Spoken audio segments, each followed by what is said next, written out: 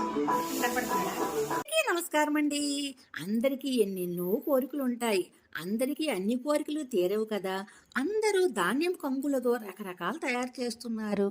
అయ్యో, నేను ఏదైనా చేద్దామంటే నాకు ధాన్యం కంకులు ఎలా దొరుకుతాయి అని భగవంతుని నేను ప్రార్థిస్తున్నాను. మా అమ్మాయి మాధవీలత ఊరు నుంచి వస్తూ, అమ్మ నీకేం కావాలి అని అడిగారు. అడిగితే నాకు ఎలాగైనా సరే ధాన్యం కంకులు తెచ్చిపెట్టు అని చెప్పాను. అప్పుడు తను తెచ్చిందండి. నాకు ఆ ధాన్యం కంకులు చూడగానే ₹1,00,000 లాటరీ టికెట్ కొన్నంత ఆనందం అయ్యింది ఆ ధాన్యం కంకుల్ని చూడగానే. మాధవికి కృతజ్ఞతలు చెప్పానండి. సొంత కూతురికి థ్యాంక్స్ చెప్తారని మీరు అనవచ్చు.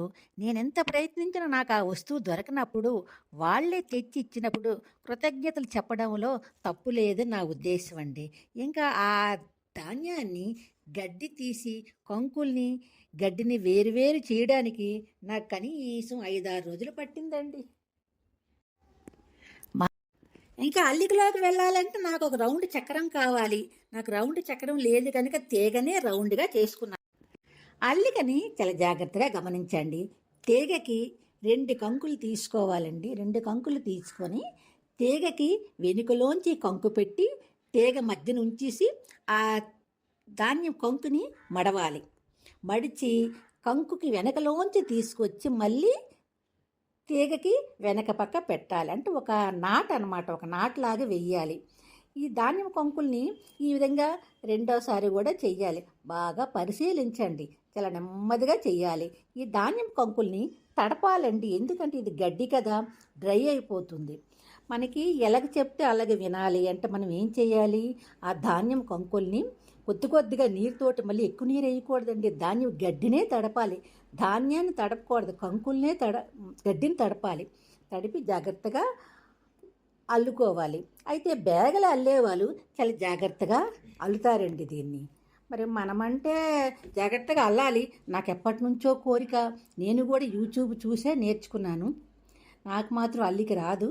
అయితే నాకు ముందు బ్యాగులు అల్లికలు అన్నీ వచ్చినాయి కాబట్టి నేను కొంచెం ఈజీగా పట్టి ఈ విధంగా నేను అల్లడానికి ప్రయత్నిస్తున్నాను. అల్లికలు మాత్రం చాలా జాగ్రత్తగా పరిశీలించండి. బ్యాగుల అల్లికలు వచ్చిన వాళ్ళు మాత్రం చాలా ఈజీగా అల్లేస్తారండి, పెద్ద కష్టం కాదు. ఫస్ట్ 2 నాట్లు వేసేటప్పుడు కొద్దిగా శ్రమ అనిపిస్తుంది, ఏంటో అదిలాగుంది అనిపిస్తుంది.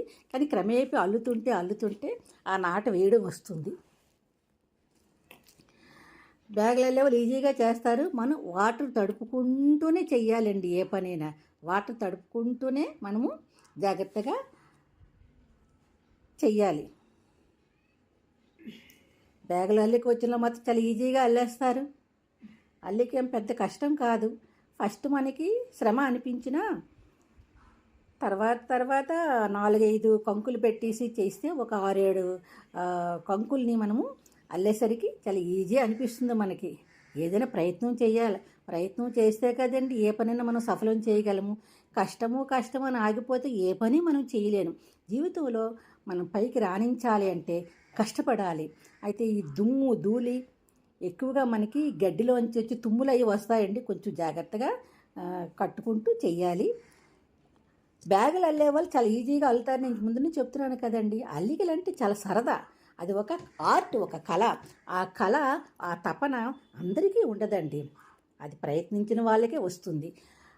తుష్ట అంటారు, కళా తుష్ట అంటే ఒక ఏదైనా నేర్చుకోవాలని తపనే మనకి ఉన్నతంగా తీసుకొస్తుందని నా ఉద్దేశం. ఇలాగా అంతా అల్లుదామండి. ఈ విధంగా నెమ్మదిగా గడ్డిని మాత్రం తడుపుతూ అల్లుకోవాలండి. ఏ పనికైనా మహిళకి భూదేవుకున్నంత ఓపుకున్నది అంటారు, అది నిజమే. ఎంత కష్టమైనా సరే సాధించడానికి ప్రయత్నిస్తుంది మహిళ. తన ఇంటి కార్యక్రమాలన్నీ ముగించుకుంటూ ఖాళీ టైంలో ఈ విధంగా అల్లుతుంది.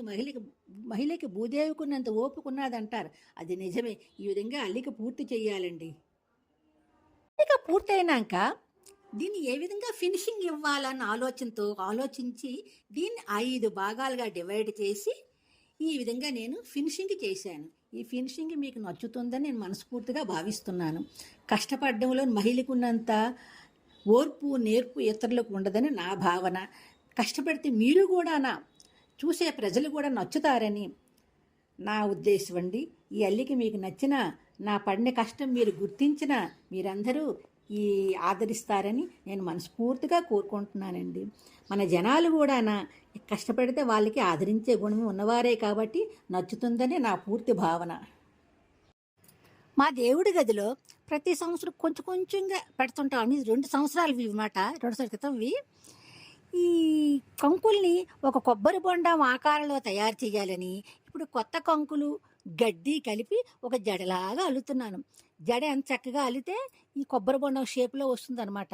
అందుకని కొబ్బరి బొండం షేప్‌లో తేడానికి జడలాగా అల్లిన తర్వాత ఆ 2 పాత కంకుల్ని కవర్ చేస్తూ ఈ విధంగా చేశాను. అయినా వరి కంకులు చాలలేదు కాబట్టి పలచగా అయిపోయింది. ఈ విధంగా అల్లి ఒక కొబ్బరి బొండం ఆకారం తయారు చేశాననమాట. చేసిన తర్వాత చక్కగా వచ్చింది అనుకుంటున్నా. మనసుకు నేనే చేశాను కాబట్టి నాకే తృప్తి అంతే, ఇంకేమీ కాదు. నమో నమః ఓం విష్ణుప్రియాయ నమో